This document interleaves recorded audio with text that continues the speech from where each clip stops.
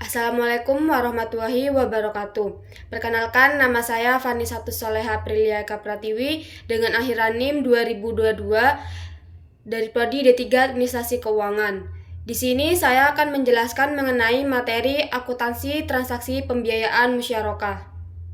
Untuk outlet yang akan saya bahas yaitu yang pertama mengenai pengertian musyarakah, yang kedua mengenai ketentuan syar'i transaksi musyarakah, yang ketiga alur transaksi musyarakah, yang keempat berakhirnya akad musyarakah, yang kelima penetapan bagi hasil, dan yang keenam yaitu penjurnalan transaksi musyarakah. Pertama yaitu pengertian musyarakah. Musyarakah berasal dari kata syirkah yang bermakna pencampuran harta. Secara istilah, musyarakah adalah akad kerjasama antara dua pihak atau lebih, di mana masing-masing mitra menyetorkan modal untuk dikelola dalam suatu usaha. Keuntungan dibagi sesuai dengan nisbah yang sudah disepakati, sedangkan kerugian ditanggung berdasarkan porsi modal masing-masing mitra. Yang selanjutnya yaitu ketentuan syar'i transaksi musyarakah. Ada 3 ketentuan, yaitu yang pertama rukun. Rukun musyarakah secara umum sama dengan akad-akad lainnya, yaitu meliputi pihak-pihak yang melakukan akad, objek akad, serta ijab dan qabul. Yang membedakan itu dengan akad lain adalah bahwa pihak yang terlibat disebut dengan mitra dan objek akadnya berupa modal, kontribusi kerja, serta kesepakatan mengenai pembagian keuntungan dan kerugian. Ketentuan yang kedua yaitu objek akad musyarakah. Ada 3 objek, yaitu yang pertama modal. Modal harus berbentuk aset liquid yang dapat dicairkan seperti uang tunai, emas, perak, atau instrumen setara kas lainnya yang mudah diuangkan. Yang kedua yaitu kerja. Setiap mitra berpartisipasi dalam pengelolaan usaha. Porsi pekerjaan tidak harus sama, namun kontribusi kerja tetap menjadi bagian dari pelaksanaan musyarakah. Yang ketiga yaitu keuntungan dan kerugian. Keuntungan harus dihitung secara jelas agar menghindari perselisihan antar mitra. Jika usaha merugi, seluruh mitra menanggung kerugian sesuai dengan porsi modal yang disetorkan. Ketentuan yang ketiga yaitu ijab kabul.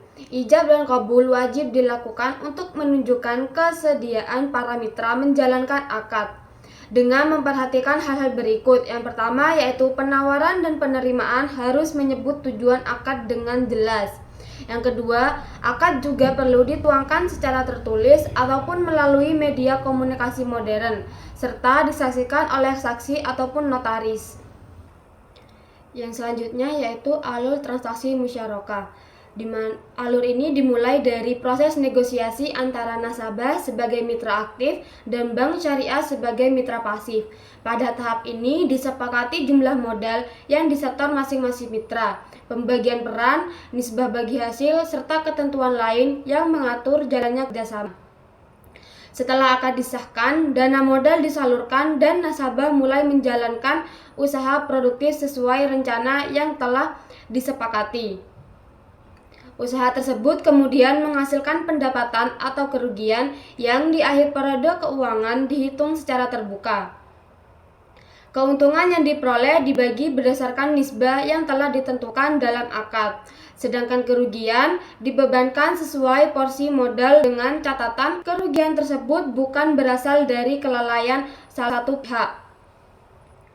Setelah pembagian laba dilakukan, baik nasabah maupun bank sama-sama menerima bagiannya.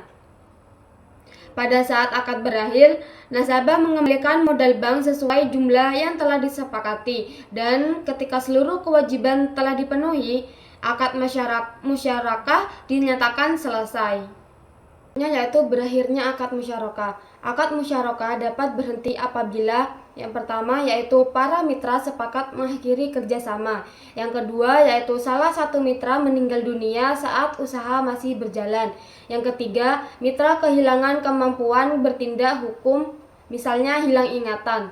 Yang keempat yaitu salah satu mitra dinyatakan bangkrut. Yang kelima, modal usaha hilang atau tidak tersisa. Selanjutnya yaitu penetapan bagi hasil musyarakah. Ada 3 ulama yang berpendapat, yaitu yang pertama Imam Malik dan Imam Syafi'i berpendapat bahwa proporsi keuntungan dibagi di antara para mitra berdasarkan kesepakatan yang ditentukan sebelumnya. Yang kedua yaitu Imam Ahmad berpendapat bahwa proporsi keuntungan dapat pula berbeda-beda dari proporsional modal yang disetor oleh para mitra. Yang ketiga yaitu Imam Abu Hanifah berpendapat bahwa proporsi keuntungan dapat berbeda dari proporsi modal pada kondisi normal. Yang selanjutnya yaitu contoh soal.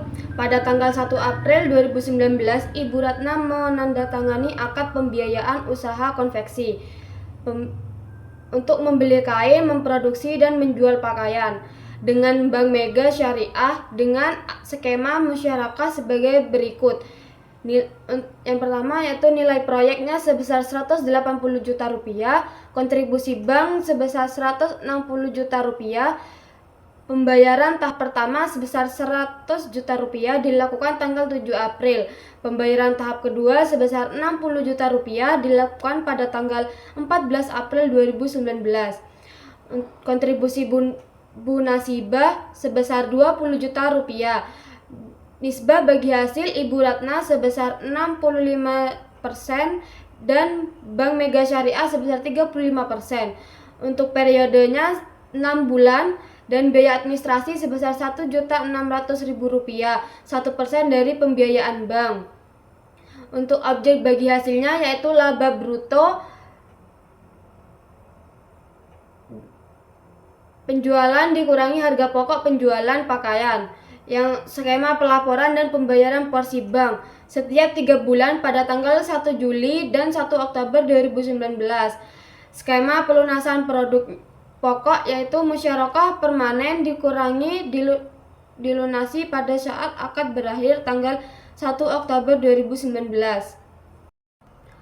Untuk jurnal pada saat akad disepakati yaitu pada tanggal 1 April 2019, rekening pos lawan komitmen administrasi pembiayaan sebesar 100 juta rupiah didebit dan wajib administrasi pembiayaan dikredit sebesar 100 juta rupiah. Kas atau rekening nasabah Ibu Ratna didebit sebesar Rp1.600.000 dan pendapatan administrasi dikredit sebesar Rp1.600.000. Yang kedua yaitu saat penyerahan pembiayaan musyarakah oleh bank kepada nasabah. Dalam kasus Ibu Ratna, misalnya pada tanggal 7 April 2020, bank mentransfer sebesar 100 juta rupiah ke rekening Ibu Ratna sebagai pembayaran tahap pertama. Selanjutnya, tanggal 14 April, Bank Syariah menyerahkan dana tahap kedua sebesar 60 juta rupiah. Untuk jurnalnya yaitu sebagai berikut. Tanggal 7 April 2019, dengan keterangan di rekening investasi musyarakah didebit sebesar 100 juta rupiah dan kas atau rekening nasabah dikredit sebesar 100 juta rupiah. Kewajiban komitmen administrasi pembiayaan sebesar 100 juta rupiah didebit dan pos lawan komitmen administratif pembiayaan dikredit sebesar 100 juta rupiah. Pada tanggal 14 April 2019, investasi musyarakah sebesar 60 juta rupiah didebit, kas rekening nasabah dikredit sebesar 60 juta rupiah dan kewajiban komitmen administratif pembiayaan 60 juta rupiah didebit serta pos lawan komitmen administratif pembiayaan dikredit sebesar 60 juta rupiah. Ketiga yaitu saat penerimaan bagi hasil bagi bank. Berikut adalah realisasi laba bruto usaha Bu Ratna selama 2 kali tahap produksi yang dilaporkan pada tanggal 1 Juli 2019 dan 5 Oktober 2019. Pada tahap produksi 1, jumlah laba brutonya sebesar 30 juta rupiah, porsi bank 35% sebesar 10.500.000 rupiah dan tanggal pembayaran bagi hasil pada tanggal 1 Juli 2020. Yang kedua yaitu tahap produksi kedua, jumlah laba brutonya 36 juta rupiah, porsi bank sebesar 12.600.000 rupiah, Tanggal pembayarannya yaitu 5 Oktober 2020. Transaksi di atas dapat diklasifikasikan dalam dua bentuk.